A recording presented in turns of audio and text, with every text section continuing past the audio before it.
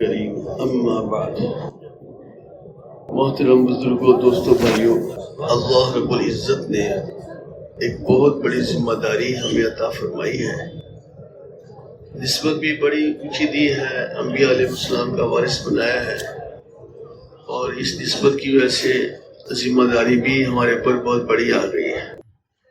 اللہ تعالیٰ نے جو ہمیں نعمت عطا فرمائی ہے، علم کی نعمت، سمجھ کی نعمت، تقوی کی نعمت، صبر کی نعمت، تحمل کی نعمت، اچھے اخلاق کی نعمت، یہ سب اللہ کی طرف سے عطا کی ہوئی ہے۔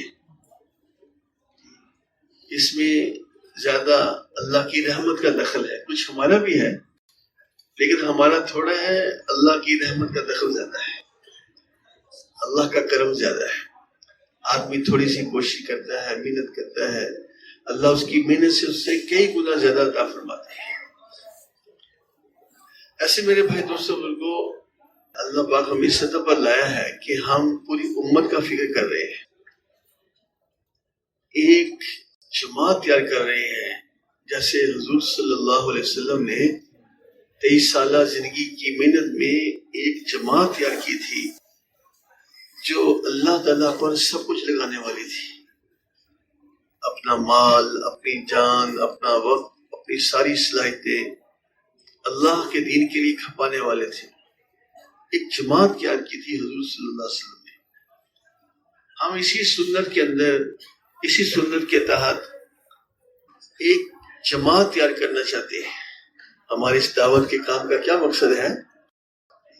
ہم ایک ایسی جماعت تیار کرنا چاہتے ہیں جیسے حضور صلی اللہ علیہ وسلم نے ایک جماعت تیار کی تھی، تو وہ ایسی جماعت تیار ہو جائے جو اللہ تعالیٰ پر جان دینے والی ہے، وہ جان کو اپنی جان نہ سمجھے، مال کو اپنا مال نہ سمجھے، وقت کو اپنا وقت نہ سمجھے، بلکہ اللہ تعالیٰ کی امانت سمجھے۔ یہ جان، یہ مال، یہ وقت اللہ پاک نے جنت کے بدلے میں خرید لیا ہے۔ اب یہ ہے، یہ مال جان وقت ہمارا نہیں ہے، جو ہمارے پاس نعمتیں ہیں وہ ہماری اپنی نہیں ہے، یہ اللہ رب العزت کی طرف سے عطا کی ہوئی ہے، اور اللہ تعالیٰ نے اس کے بدلے میں ہمارے ساتھ جنت کا وعدہ کیا ہے۔ ہمارا اللہ تعالیٰ سے سودا ہو گیا، خرید و فروخت ہو گئی ہے، ہمارا اللہ تعالیٰ سے معاملہ ہو گیا ہے۔ اللہ پاک نے یہ ہمارا سب کچھ خرید لیا ہے اور جنت کا وعدہ کیا ہے۔ اب جب اللہ تعالیٰ کی طرف سے تقاضا آئے گا جان لگانے کا، تو یہ امانت ہے، حکم امانت کا یہ، جب وہ واپس مانگی جائے تو پوری پوری ادا کر دو۔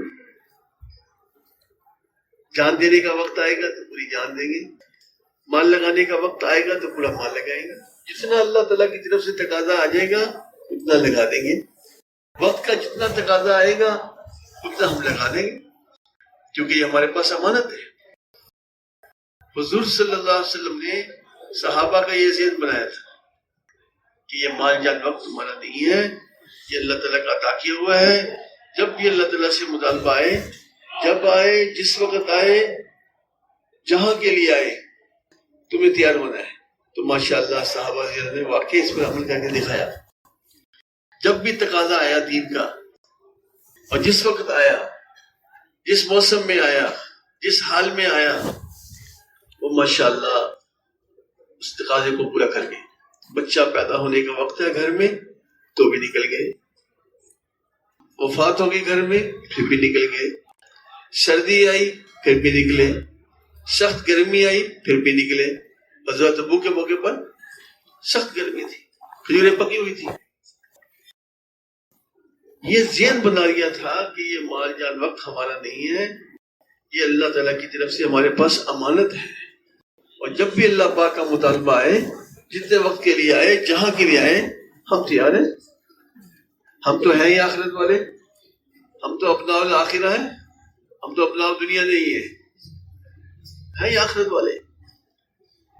ایسی پیاری جماعت حضور صلی اللہ علیہ وسلم نے تیار فرمائی تھی۔ اب اس کام سے یہ چاہا جا رہا ہے کہ ہم سب مل کر ایسی محنت کریں، اربوں کے لیے کروڑوں تو ہونے چاہیے نا، اربوں غیر مسلم ہے، اربوں دنیا کے اندر، تو ان کے لیے کروڑوں تو ایسے ہونے چاہیے جو اللہ پر مال جان وقت نشاور کرنے والے ہوں، اللہ تعالیٰ کے لیے سب کچھ قربان کرنے والے ہوں۔ وہ کیسے تیار ہوں گے اور کون تیار کرے گا؟ دکاندار تو کہتا ہے کہ میری دکان ہے، صبح سے لے کے شام تک دکان میں پھنس گیا۔ ملازم کہتا ہے میری ملازمت ہے، میں کیسے دین کا کام کر سکتا ہوں؟ ذمہ دار کہتا ہے کہ میں تو ذمہ دار ہوں، کارخانے والا کہتا ہے کہ میں تو کارخانے والا ہوں۔ اب کرے گا کون؟ ہر ایک اپنا عذر پیش کر رہا ہے، وہ کون اس جماعت کو تیار کرے گا؟ کس کی ذمہ داری ہے؟ سوچنے کی بات ہے، یہ ذمہ داری کس کی ہے؟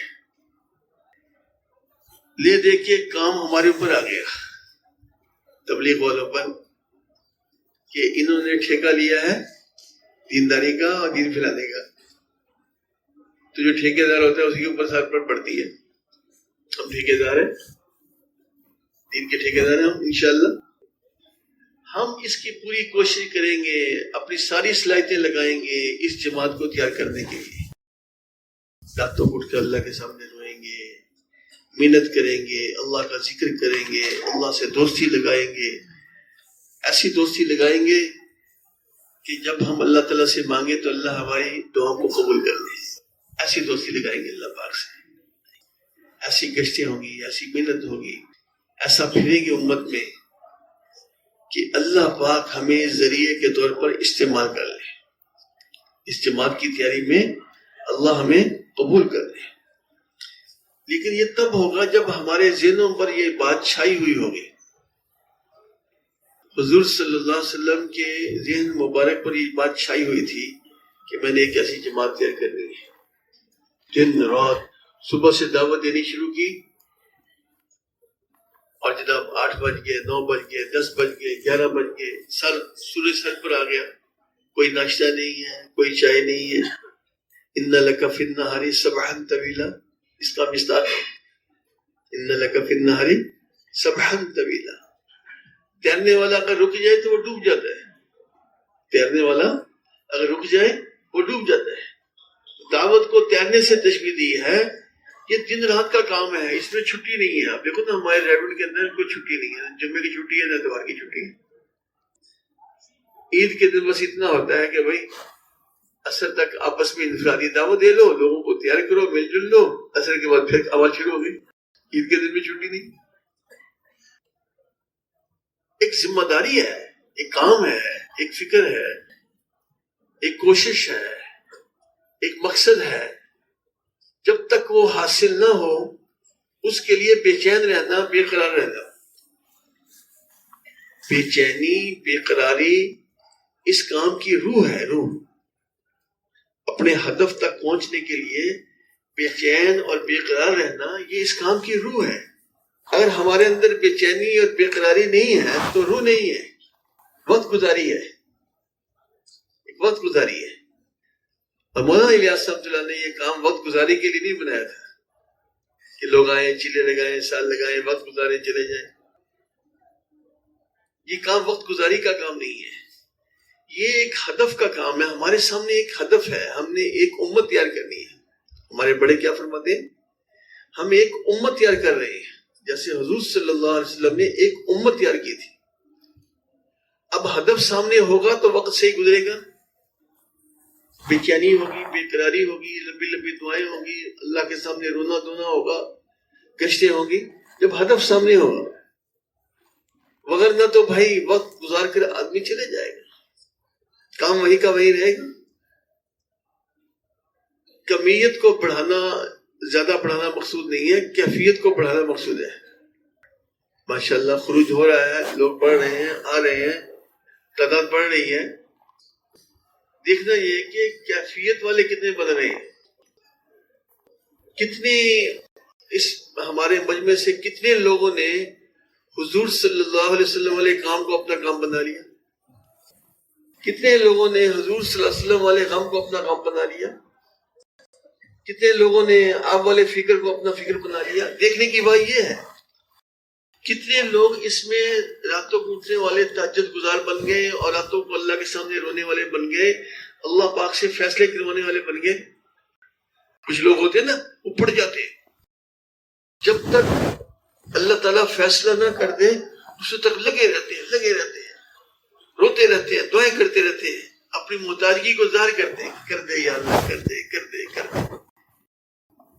ان میں ایک مولانا الیاس رحمۃ اللہ علیہ بھی تھے، ایک عزم کیا، لگے رہے 10 سال محنت کی اور 3 دن کی جماعت نہیں نکلی۔ 10 سال کے بعد 3 دن کی جماعت نکلی۔ آپ دیکھو کتنا بڑا عزم تھا مولانا کا۔ 10 سال کے بعد 3 دن کی جماعت نکلی، اور وہ بھی ہاتھوں میں لمبے لمبے ڈنڈے پکڑے ہوئے، میواتی لوگ ہاتھوں میں حکے پکڑے ہوئے، حکے پینے والے، اور تبلیغ کو کہتے ہیں تبلیغ، کلمہ ان کو نہیں آتا، تو وہ کہہ رہے ہیں حضرت جی ہم لوگوں کو کیا تبلیغ کریں، ہمیں تو کلمہ نہ آوے۔ حضرت نے فرمایا یہی بات لوگوں سے جا کر کہو کہ ہم نے اپنی عمر ضائع کر دی، ہم نے کلمہ نہیں سیکھا، بھائی تم تو کلمہ سیکھ لو، بھائی یہ تمہاری تبلیغ ہے۔ کوئی بیان نہیں، کوئی 6 نمبر نہیں، کچھ نہیں۔ 10 سال کی محنت کا یہ نتیجہ ہے۔ اور پرعزم اتنے ہیں، نظام الدین میں جب وہ اوپر والی حصہ بن رہا تھا تو جو تعمیر کا ذمہ دار تھا اس سے فرمایا کہ بھائی کھڑکیاں رکھو، ادھر ہوادار بناؤ اوپر والے کمرے کو۔ کہ حضرت کیا وجہ ہے؟ کیوں؟ کہ بھائی ٹھنڈے علاقوں سے لوگ آئیں گے، ان کو گرمی نہ لگے۔ وہ جو تعمیر کا ذمہ دار ہے اس نے دوسری طرف منہ کیا، اس کو اتنی ہنسی آئی کہ 3 دن کے لیے کوئی نکلتا نہیں ہے، اس کو اتنی ہنسی آئی کہ اس نے اپنا رومال اپنے منہ میں دے لیا کہ حضرت تک میری ہنسی کی آواز نہ چلی جائے، کہ 3 دن کے لیے کوئی تیار نہیں ہوتا، اور حضرت فرما رہے ہیں کہ ٹھنڈے علاقوں سے لوگ آئیں گے۔ اتنے پرعزم۔ ایران کا ایک طالب علم وہ پڑھتا تھا تو اس سے فرمایا کہاں سے ہو؟ ایران سے آیا ہوں پڑھنے کے لیے۔ تو اس سے فرمایا کہ جب میری جماعت آئے گی نا وہاں آپ کے ایران میں، آپ اس کی نصرت کرنا۔ تو وہ کہتے ہیں کہ بھائی میں سنتا تھا کہ مولانا الیاس رحمۃ اللہ علیہ بہکی باتیں کرتے ہیں، جب میں نے ان کی یہ بات سنی تو پھر مجھے یقین ہو گیا واقعی بات صحیح ہے۔ لیکن جب پاکستان بنا اور پہلی جماعت جو 1.5 سال کی نکلی یہاں سے ایران کے راستے سے بیت اللہ گئی، جا کر اسی طالب علم جو مولوی بن گیا تھا اس کا دروازہ کھٹکایا، کون؟ کہ مولوی الیاس کی جماعت۔ حیران، مولوی الیاس کی جماعت؟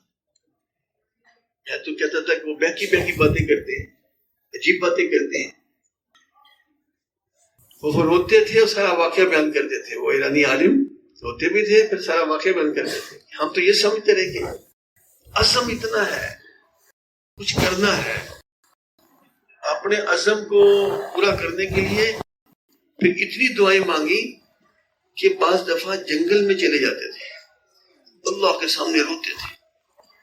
ایک عزم کیا ہوا نا، کرنا ہے کام کو، وجود میں لانا ہے، اللہ سے قبول کروانا ہے۔ وہ جنگل اتنا گھنا تھا، جو جنگل کا افسر تھا اس نے حضرت کی وفات کے بعد بتایا کہ میں روزانہ جو ہے جنگل سے رونے کی آہیں بھرنے کی آواز سنتا تھا، لیکن جنگل اتنا گھنا تھا میں اندر گھس نہیں سکتا تھا، خوف آتا تھا۔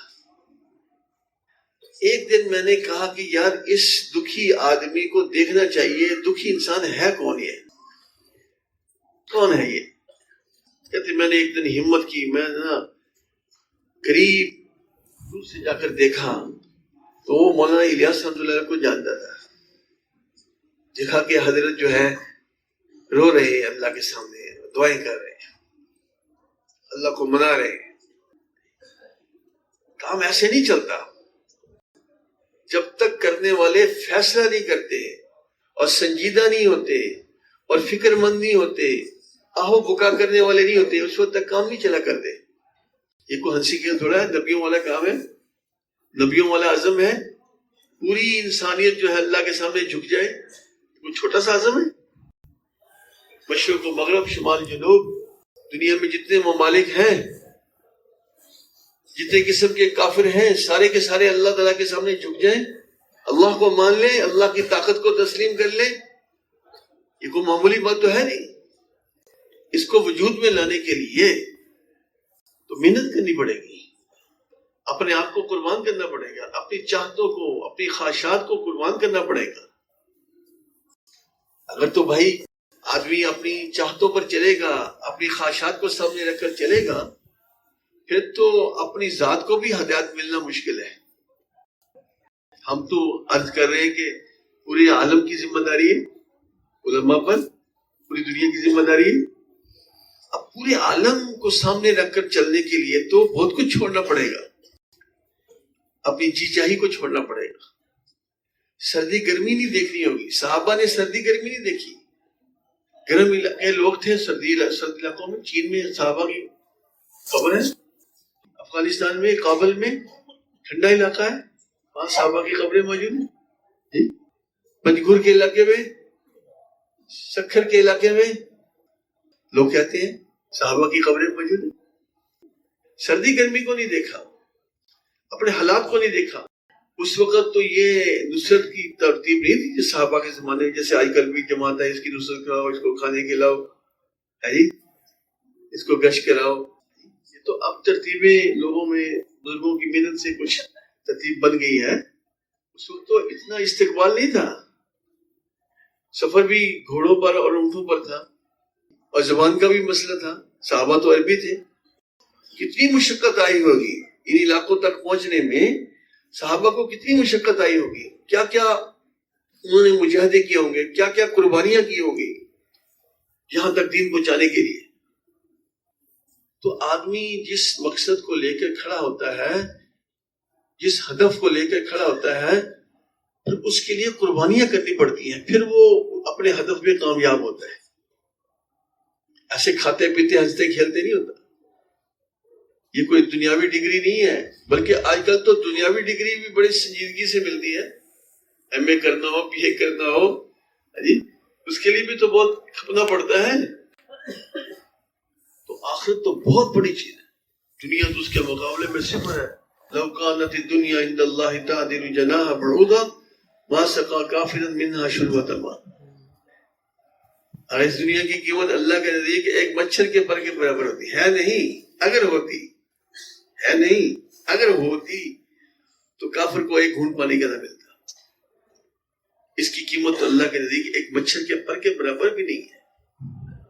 تو جس کی یہ حیثیت ہے، جس کی قیمت ایک مچھر کے پر کے برابر بھی نہیں ہے، اس کو حاصل کرنے کے لیے لوگ کیا کیا مشقتیں اٹھا رہے ہیں، کیسے لمبے لمبے سفر کر رہے ہیں، 5-5 سال کے لیے گھر کو چھوڑ رہے ہیں، 10-10 سال کو گھر کے لیے چھوڑ رہے ہیں، اور وہاں جو ہے بیچارے حیوانوں کی طرح محنت کرتے ہیں، سخت گرمی میں پسینہ ہے۔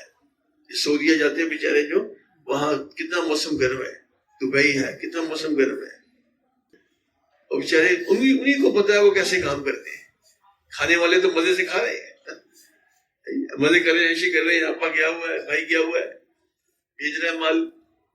ان کو کیا پتا ابا اور بھائی بیچارے کیسے ذبح ہو رہے ہیں وہاں جا کر، ان کو کیا پتا۔ جب جائیں گے تو ان کو پتا چلے گا کہ دنیا کے لیے کیا کچھ کرنا پڑتا ہے، پھر جا کر دنیا ملتی ہے۔ دین تو ایک عظیم چیز ہے۔ پھر ہم تو صرف دین نہیں، ہم تو دین کی محنت کو زندہ کرنا چاہتے ہیں، صرف دین نہیں، دین کی محنت کو زندہ کرنا چاہتے ہیں۔ وہ محنت جو سید الکونین صلی اللہ علیہ وسلم لے کر آئے ہیں، اس محنت کی ذمہ داری ہر بھائی اس محنت کی ذمہ داری کو سمجھے اور اس ذمہ داری پر پڑ جائے اور اس محنت کو اپنی محنت بنا لے۔ یہ تو بہت آگے کی بات ہے۔ نماز پڑھنا تو آسان کام ہے، روزہ رکھنا، نماز پڑھنا، زکوٰۃ دینا تو عام لوگ بھی کر سکتے ہیں، لیکن دین کی محنت کے لیے لوگوں کو تیار کرنا کہ اس کام کو اپنا مقصد بنائے، پورا دین پوری دنیا میں زندہ ہو، اس کے لیے راتوں کو اٹھنا، رونا، گشتیں کرنا، محنت کرنا، نفسانی خواہشات کو پیچھے کرنا، جی چاہی کو پیچھے کرنا، یہ کوئی آسان کام نہیں ہے۔ اس کے لیے امت کو تیار کرنا ہے، جبکہ امت کا یہ حال ہے کہ 5 منٹ کے لیے مسجد میں آنے کے لیے تیار نہیں ہے۔ آپ گشت کرتے ہیں نا، آئیے آپ 5 منٹ کے لیے مسجد میں آ جائیں، تھوڑی سی بات سن لیں، اچھا میں آ رہا ہوں، اچھا میں آ جاؤں گا، میرے پاس وقت نہیں ہے، آپ آگے چلے جائیں۔ 5 منٹ کے لیے مسجد میں آنے کے لیے تیار نہیں ہے۔ اس کو کس کے لیے تیار کرنا ہے؟ اس کو ہم نے پوری جان، مال، وقت اللہ پر خرچ کرنے کے لیے تیار کر رہے ہیں. کہاں کھڑی امت اور اس کو کہاں پہنچانا ہے، یہ میری آپ کی ذمہ داری ہے. یہ ہے کام. امت اس وقت کہاں کھڑی ہے اور اس کو کہاں پہنچانا ہے، یہ کیسے ہوگا، اس کے لیے ہمیں کیا کرنا ہوگا. جب تک سنجیدگی نہیں آئے گی، فکر نہیں آئے گا، غم نہیں آئے گا، کڑن نہیں پیدا ہوگی اندر، اس وقت تک یہ ہدف حاصل نہیں ہو سکتا. جب تک ہم راتوں کو اٹھ کر اللہ کے سامنے روئیں گے نہیں، آنسو نہیں بہائیں گے، مسئلہ حل نہیں ہو سکتا. کیونکہ یہ مسئلہ مشکل ہے، اللہ کے لیے بہت آسان ہے، ہمارے لیے بہت مشکل ہے، اور اللہ تعالیٰ کے لیے بہت آسان ہے. اللہ تعالیٰ کے ہاتھ میں سب کے دل ہیں، جیسے چاہے پھیر دیں. لوگ رات کو فسق و فجور کی حالت میں سوئیں، صبح کو سارے مومن پکے اور مسلمان بن جائیں. اللہ کر سکتے ہیں، اللہ تعالیٰ کو اختیار ہے، اللہ تعالیٰ کے ہاتھ میں ہے لوگوں کے قلوب، جسے چاہے پھیر دیں.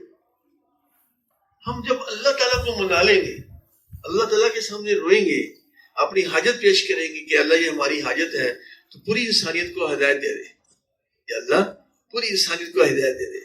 تیری مخلوق جو ہے کفر میں مر رہی ہے، روزانہ مر کے بیچارے جہنم میں جا رہے ہیں، اللہ تو اپنا کرم فرما دے، یا اللہ تو ہدایت کے فیصلے فرما دے. رونے والے پیدا ہو جائیں، رونے والے. تعداد تو بڑھ رہی ہے. مولانا الیاس صاحب کے زمانے میں جو لوگ کام کرتے تھے وہ بہت رونے والے تھے، بہت آہو بھوکا کرنے والے لوگ تھے وہ. حتیٰ کہ یہ بھی سنا ہے کہ جماعت جب کسی مسجد میں جاتی تھی تو ان کا رونا اتنا زیادہ ہوتا تھا، ایسے ہچکیاں لیتے تھے کہ محلے والے اٹھ کے آ جاتے تھے کہ شاید ان کا کوئی آدمی فوت ہو گیا، اس لیے اتنی ہچکیاں لے رہے ہیں. ایسا روتے تھے وہ بیچارے، امت کے لیے آہیں بھرتے تھے. اب وہ لوگ کیسے پیدا ہو جائیں؟ مسئلہ ہے ہمارا یہ. ہم ان میں سے بن جائیں، ہم بھی ان میں سے بن جائیں، اور ایسے لوگ کیسے پیدا ہوں؟ ایک ہمارا مسئلہ ہے، اس کو ہم مسئلہ بنائیں. جیسے ہم نے اور مسائل کو مسائل بنایا ہوا نا، اس کے لیے دعائیں کرتے ہیں. کسی کی بیوی کا مسئلہ ہے، کسی کی بیٹی کا مسئلہ ہے، کسی کے مکان کا مسئلہ ہے، کوئی گاڑی کا مسئلہ ہے، کسی کا مختلف مسائل ہیں لوگوں کے، اور اس کے لیے وہ راتوں کو اٹھتے ہیں، دعائیں کرتے ہیں، مانگتے ہیں اللہ پاک سے، روتے ہیں. تو امت کی ہدایت، امت کو ہدایت مل جائے، یہ بھی تو مسئلہ ہے. اس کو بھی تو مسئلہ بنانا چاہیے، اور مسئلہ بنا کر پھر اللہ تعالیٰ کے سامنے رونا ہونا چاہیے. یہ نہیں کہ بھئی لوگ کرتے رہے، چلو لوگ کر رہے ہیں ٹھیک ہے، میں تو آرام سے زندگی گزار لوں، میں تو ہنس کھیل کے وقت گزار لوں.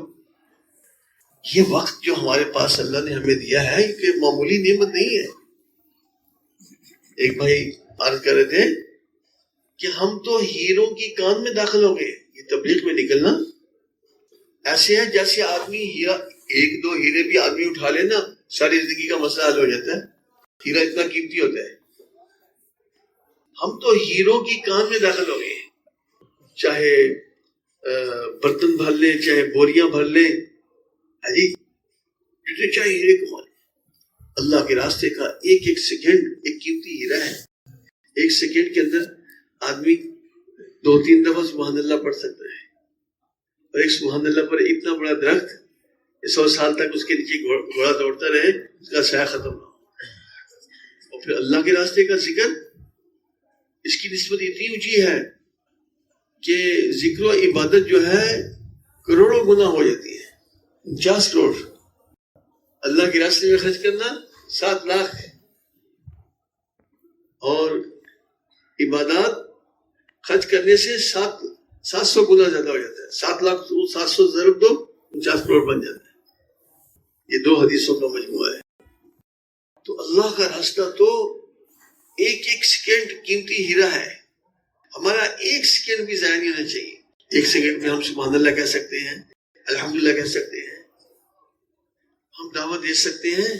1 منٹ کے اندر، 1 منٹ کے اندر ایک آدمی کی زندگی کے اندر انقلاب آ سکتا ہے. آپ 1 منٹ کسی آدمی کو دعوت دیں، اس کو سمجھائیں، کام کی ذمہ داری سمجھائیں، کام سمجھائیں، 1 منٹ بات کریں. اللہ نے اگر چاہا تو 1 منٹ میں اس کی زندگی بدل جائے گی. ہمارا 1 منٹ اتنا قیمتی ہے تو ہم کیسے ضائع کر سکتے ہیں اپنا وقت؟ اس راستے کے سب سے بڑا جرم وقت کا ضیاع ہے. سب سے بڑا گناہ اور سب سے بڑا جرم اس راستے کا کیا ہے؟ وقت کا ضیاع ہے. اپنی گپ شپ لگانا، ادھر بیٹھے رہے ہے جی، کیونکہ یہ ہمارا وقت ہمارا نہیں ہے، اس میں پوری امت کا حصہ ہے. یہ جو ہم سال لے کر آئے ہیں، چلہ لے کر آئے ہیں، 4 مہینے لے کر آئے ہیں، اس سے میرا نہیں ہے، اس میں پوری امت کا حصہ ہے. اس میں اگر 1 منٹ بھی ہم نے ضائع کیا تو ہم نے خیانت کی ہے، امت کو دھوکہ دیا ہے. 1 منٹ بھی اگر ہم نے ضائع کیا، 1 سیکنڈ بھی ضائع کیا تو ہم نے اپنے پاؤں پر کلاڑی ماری ہے. ہاں؟ یہ کوئی ایسا وقت تھوڑا ہے. اس وقت کی نسبت بہت اونچی ہے کیونکہ ہمارا ہدف بہت اونچا ہے. اس وقت کی قیمت کیوں بڑھ گئی ہے؟ اگر تو اپنی ذات کے لیے ہوتا، اپنی ذاتی ترقی کے لیے ہوتا، جی خود جنت میں جانے کے لیے ہوتا تو پھر یہ چیزیں نہ ملتی، یہ ثواب نہ ملتا. اس پر جو اتنا اجر و ثواب کیوں ہے؟ یہ امت کو سامنے رکھ کر ہے کہ پوری امت کو سامنے رکھ کر اپنے وقت گزاری کرنی ہے کہ پوری امت کو ہدایت ملے. ہماری سوچ، ہمارا فکر اتنا قیمتی ہے. اگر یہ سوچ اور فکر دین کی سربلندی میں لگ جائے اور اس فکر میں لگ جائے کہ اللہ دین کو زندہ فرما دے، انسانیت کو ہدایت مل جائے، تو اس سوچ و فکر کے اوپر اتنا ملے گا، وہ عمل پر بھی اتنا نہیں ملے گا جتنا فکر پر ملے گا. فکر والے عمل والوں سے بہت آگے بڑھ جائیں گے، فکر والے عمل والوں سے بہت آگے بڑھ جائیں گے. جو فکر کرتے ہیں کہ بھائی ایک ہے کہ بھائی میرا چلہ لگ جائے، ایک یہ ہے کہ چلے کی جماعت تیار ہو جائے، اس سے اگلا فکر کیا ہے ملکوں کی جماعت تیار ہو جائے، اس سے اگلا فکر کیا ہے کہ لوگ جو ہے اس کام کو اپنا کام بنا لیں، اس کو اپنی ذمہ داری سمجھے. اس بستی میں لوہے کی محنت والے ہیں، لکڑی کی محنت والے ہیں، گارے مٹی کی محنت والے ہیں. اس بستی میں حضور صلی اللہ علیہ وسلم کے محنتی پیدا ہو جائے. ہر قسم کی محنتی ہے اس میں، لیکن نبی کی سوچ فکر والے اس میں نہیں ہے، نبی کی محنت والے نہیں ہیں. میرے آنے کا اس بستی میں یہ مقصد ہے کہ حضور کی سوچ اور فکر والے اس بستی میں پیدا ہو جائیں، حضور کی محنت والے اس بستی میں پیدا ہو جائیں. یہ لوگ سمجھ رہے ہیں کہ ہم ذمہ دار ہیں، یہ ذمہ داروں کی بستی ہے. ہم جا کر ان کو یہ سمجھائیں کہ یہ ذمہ داروں کی بستی نہیں ہے، یہ حضور صلی اللہ علیہ وسلم کے امتیوں کی بستی ہے، یہ حضور کی محنت کرنے والوں کی بستی ہے، یہ حضور کے کام والوں کی بستی ہے. ذمہ دار ہونا چھوٹی بات ہے، نبی کی محنت والا ہونا بڑی بات ہے. جو آدمی اس طریقے سے زندگی گزارے گا کہ میں حضور صلی اللہ علیہ وسلم کی محنت کا محنتی ہوں، اس نسبت سے جو زندگی گزارے گا اس کی بڑی قیمت لگے گی. ہاں؟ اس کی قیمت کا ہم اندازہ نہیں لگا سکتے. اس شخص کو اللہ کس پیمانے سے دیں گے جو اس غم میں، اس فکر کے ساتھ زندگی گزارے گا کہ میں حضور صلی اللہ علیہ وسلم کی محنت کا محنتی ہوں اور حضور صلی اللہ علیہ وسلم والا کام میرا ذاتی کام ہے. ہم کہتے ہیں کہ حضور کا کام ٹھیک ہے، کام ہے، لیکن ذاتی کام نہیں سمجھتے. یہ مولوی صاحب کا کام ہے، یہ امیر صاحب کا کام ہے، یہ تبلیغ والوں کا کام ہے. بعد ہمارے ساتھی کہتے ہیں یہ تبلیغ والوں کا کام ہے. وارث نبی ہو کر یہ کیا کہتے ہیں؟ تبلیغ والوں کا کام ہے. اپنا کام نہیں سمجھتا. نہیں، یہ میرا ذاتی کام ہے. جیسے دکان میری ہے، گھر میرا ہے، کھیتی میری ہے، تو حضور صلی اللہ علیہ وسلم کی محنت بھی میری محنت ہے، حضور کا کام بھی میرا کام ہے. میں اس طریقے سے زندگی گزاروں کہ حضور صلی اللہ علیہ وسلم والی محنت کو اپنی محنت بنا کر، اپنی زندگی کا مقصد بنا کر اپنی زندگی کو گزاروں تو انشاءاللہ بڑی قیمت بڑھے گی. اتنا ملے گا. ایسی آنکھوں کی ٹھنڈک کا سامان اللہ تعالیٰ نے تیار کر رکھا ہے جو نہ کسی آنکھ نے دیکھا ہے، نہ کسی کان نے سنا ہے، نہ کسی دل پر اس کا وہم و گمان گزرا ہے. اس سے مزیدار زندگی. دنیا تو رہنے کی جگہ ہی نہیں ہے، تو اس کو رہنے کی جگہ سمجھنا بے وقوفی ہے. یہ تو گندگی کا ڈھیر ہے دنیا. نہ کھاؤ تو مصیبت، کھا لو تو مصیبت، ہضم کرنا تو مصیبت. یہ تو مسائل ہی مسائل ہیں. دنیا کو رہنے کی جگہ ہے. یہ تو اللہ پاک نے ہمیں دنیا میں بھیجا کہ آپ محنت کر کے آؤ، اب اس کا جو اصلی بدلہ جو ہے میں نے جنت میں رکھا ہے۔ اللہم لا عیش الا عیش الاخرہ، اللہم لا عیش الا عیش الاخرہ۔ حضور فرما رہے ہیں دنیا کی زندگی تو کوئی زندگی نہیں ہے، زندگی تو وہ مزے والی زندگی ہے جو آخرت میں اللہ نے تیار کر رکھی ہے۔ ساری بات بھائیو یقین پر ہے، اعتماد پر ہے۔ اگر تو دل میں یہ بات اتر گئی کہ آخرت حق ہے، اصل زندگی آخرت کی ہے، پھر تو کوئی مسئلہ نہیں ہے مجاہدے کرنا، قربانیاں کرنا، اپنی جی چاہی کو چھوڑنا، ہاں جی، تشکیلوں میں چلنا، اور ہاں جی پھر تو کوئی مسئلہ ہی نہیں ہے۔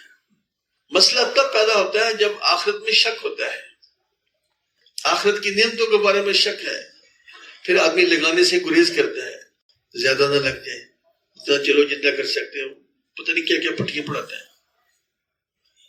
جب یقین ہو صحابہ کی طرح، پھر تو سعادت سمجھتا ہے، جو مال لگے گا میری سعادت ہے، جو جان لگے گی میری سعادت ہے۔ فزت ورب الکعبہ، رب کعبہ کی قسم میں تو کامیاب ہو گیا۔ کیا کامیابی، تیر لگ رہا ہے، کیا کامیابی ہے۔ فزت ورب الکعبہ، جان دینے کو، جان کو قربان کرنے کو کہتا ہے رب کعبہ کی قسم میں کامیاب ہو گیا۔ ہاں؟ جب یقین آئے گا تو مال لگانے میں مزہ آئے گا، مشقتیں برداشت کرنے میں مزہ آئے گا۔ مولانا الیاس اللہ فرماتے تھے اللہ کے راستے کی جو تکلیفیں ہیں یہ آخرت میں باغ و بہار بن کر سامنے آئیں گی۔ تو اس کام میں سب سے ضروری بات یہ ہے کہ جی چاہی کو چھوڑنا، مشورے سے چلنا۔ ہم ایک نظم کو ایک چیز کو پیدا کرنا چاہتے ہیں، وہ نظم کے بغیر پیدا نہیں ہو سکتی۔ مشورے کے بغیر چلیں گے تو بڑا خطرہ ہے، مشورے کے مطابق چلیں گے، تھوڑا بھی کر لیں گے اللہ اس میں برکت دے دے گا۔ ہم ایک جماعت تیار کرنا چاہتے ہیں، ایک امت تیار کرنا چاہتے ہیں، ہم فارغ لوگ نہیں ہیں ایسے بستر اٹھایا چل پڑے، چلو چلو چلو ریمنڈ، کیوں چلو، کوئی پتہ نہیں کیوں چلو، نکلو نکلو نکلو، کیوں نکلو، کوئی پتہ نہیں کیوں نکلو۔ نہیں، نکلے کا ہدف سامنے ہو۔ ایک امت تیار کرنا چاہتے ہیں، ایسے نہیں نکلو نکلو بس، بستر اٹھاؤ چل پڑو بس۔ ہدف مقصد، ایک امت تیار کرنا چاہتے ہیں۔ جب تک وہ تیار نہ ہو امت بے چین رہے، بے قرار رہے، بے چینی ہو، بے قراری ہو، رونا دھونا ہو، اللہ سے مسئلہ حل کروانا ہو کہ اللہ کر دے، اللہ کر دے، دے دے امت کو ہدایت یا اللہ۔ ہر جماعت، ہر مسجد میں ایک مضبوط جماعت تیار کر دے یا اللہ، جس کام کو کام بنا کر کرنے والی ہو۔ ہر مسجد میں یا اللہ ایک ایسی جماعت تیار کر دے، مسجد میں ایسی جماعتیں تیار ہو جائیں، ہر مسجد میں 5 اعمال زندہ ہو جائیں۔ یہ 5 اعمال تو بالکل ابتدائی چیز ہے تبلیغ کی، علی پاتا سا ہے یہ۔ اور یہ 5 اعمال صرف تبلیغ والوں کے لیے نہیں ہے، محلے کے ہر مسلمان کے لیے 5 اعمال ہیں۔ ہاں، ہمارے بڑے یہ فرماتے ہیں یہ 5 اعمال صرف تبلیغ والوں کے لیے نہیں ہے، یہ 5 اعمال محلے کے ہر مسلمان کے لیے، کہ ہر مسلمان مسجد کو وقت دے، 2.5 گھنٹے، 8 گھنٹے، 12 گھنٹے، ہر مسلمان مسجد کے مشرق میں اس کا فکر جو ہے اللہ کے دین کے لیے استعمال ہو۔ اللہ نے اس کو نعمت دی ہے، امتی ہے، وہ اپنا فکر کہاں لگا رہا ہے اس وقت؟ مٹی پر لگا رہا ہے، گھرے پر لگا رہا ہے، فضول چیزوں میں اپنا فکر لگا رہا ہے، اور سب سے قیمتی چیز انسان کا فکر ہے، یہ کہاں لگ رہا ہے؟ تو مشرق میں بیٹھے اپنا فکر جو ہے اللہ کے دین کے لیے لگائے۔ ہر مسلمان جو ہے وہ مسجد کی تعلیم میں بھی بیٹھے اور گھر میں بھی تعلیم کروائے۔ یہ 3 اعمال ہر روز کے ہیں، یہ ہر مسلمان کے لیے ہے۔ ہر مسلمان گشت میں شریک ہو، بیرونی گشت کرے، ہر مسلمان مہینے میں کم سے کم 3 دن لگائے۔ پنیری تیار ہوگی تو بھائیو درخت بڑھیں گے، اگر پنیری تیار نہیں ہو رہی درخت کہاں سے آ جائیں گے؟ پہلے سے روزے لگائیں گے لوگ، 5 اعمال میں جڑیں گے تو بڑی بڑی قربانیوں پر انشاءاللہ تیار ہو جائیں گے۔ تو ہمارا ہدف ہو کہ ہر مسجد میں 5 اعمال زندہ ہوں، اور زندہ ہونے کی شکل کیا ہے؟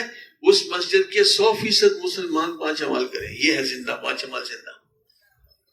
اس کو لے کر ہم چلیں، ہر مسجد میں 5 اعمال زندہ کروانے انشاءاللہ۔ ہر گھر سے ایک آدمی نقد اللہ کے راستے میں نکالنا ہے، جہاں بھی ہم جائیں۔ ہر مسجد سے 3 چلے کی جماعتیں نکالنی ہیں۔ ہدف بڑا ہوگا تو پھر تکلیف نہیں ہوگی، اور پھر آدمی خوش رہے گا اور کام میں لگا رہے گا۔ ہدف ہی چھوٹا سا ہے تو پھر آدمی بور ہو جائے گا. وہ ہدف تو پورا ہو گیا جلدی, اب وقت فارغ ہے کہاں گزاروں, وقت گزاری ہوگی. ہدف بڑا ہوگا تو پھر کام کرے گا آدمی کہ اس مسجد سے چلے 3 چلے کی جماعتیں نکالنی ہیں اور ہر مسلمان کو 5 اعمال پہ ڈالنا ہے. ہر مسلمان سے میں نے ملاقات کرنی ہے. اس مسجد میں آیا ہوں, اس مسجد کے جتنے مسلمان ہیں سب سے میں نے ملاقات کرنی ہے. ہر ایک کو 5 اعمال کے لیے تیار کرنا ہے. نقد جماعت, ہر گھر سے ایک آدمی اللہ کے راستے میں نقد نکالنا ہے. کیونکہ ہمارے اوپر ایک بہت بڑا بوجھ ہے, ایک بہت بڑی ذمہ داری ہے. پوری انسانیت کا مسئلہ ہے. کتنے 200 کتنے ملک ہیں, 250 250 ملک ہیں. سب تک اللہ کا پیغام پہنچانا ہے. تو جماعتیں تیار کرنی ہے بھائی, کام ہے. تو یہ کام ہر وقت سامنے ہو, ہدف ہر وقت سامنے ہو, پھر ہمارا وقت سے گزرے گا. اور اس کے لیے دعائیں ہو رہی ہوں, اس کے لیے دوسروں کو فکر مند کیا جا رہا ہو. تھوڑے وقت میں زیادہ سے زیادہ فائدہ اٹھائے.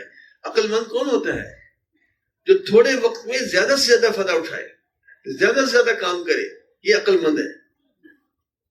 فضول رہنا, فارغ رہنا, ایسے باتیں کرتے رہنا تو بڑے نقصان کی بات ہے. دائی کی یہ مناسب نہیں ہے.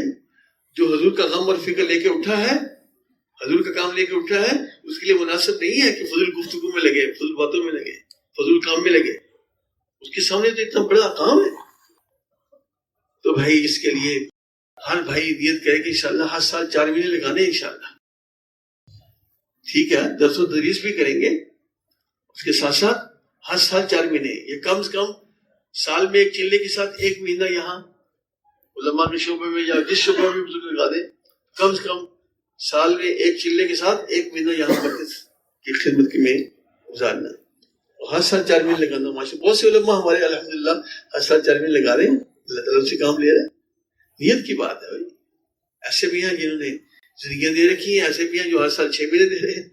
اللہ تعالیٰ آسان کر دیتا ہے. جیسے آدمی نیت کرتا ہے اللہ تعالیٰ اس کے لیے آسان کر دیتا ہے. تو بھائی ہم کم سے کم ہر سال 4 مہینے کی تو سارے بھائی نیت کر رہے ہیں. اور بھائی اللہم انا نجعلک فی نحورہم ونعوذ بک من شرورہم, اس کو کثرت سے پڑھا جائے. امت پر حالات ہے, حالات کا یہی حل ہے کہ اللہ سے مدد مانگی جائے. لا الہ الا انت سبحانک انی کنت من الظالمین. حاجی صاحب تو رحمۃ اللہ علیہ جب ہم ترجمہ کرتے تھے ادھر بیان کے اندر بیان چھوڑ کر یہ ذکر کرواتے تھے. یہ 90 سے لے کر 2000 کی جو دہائی ہے, یہ 10 سال جو ہے, اس کے اندر اتنا اہتمام کرواتے ہیں. بیان کے دوران کہتے تھے چھوڑ دو, بیان چھوڑ دیتے, کہتے یہ پڑھو اللہم انا نجعلک فی نحورہم ونعوذ بک من شرورہم لا الہ الا انت سبحانک انی کنت من الظالمین. اس کی کثرت ہو, کیونکہ ساری ہماری ذمہ داری ہے, ہمارے اوپر بوجھ ہے سارا. اس لیے ہم خوب اللہ سے رو رو کے مانگیں کہ اللہ حالات کو درست فرما, حالات کو موافق فرما, غیروں کی طرف سے جو حالات آ رہے ہیں اللہ اس کو دور فرما. یہی راستہ ہے.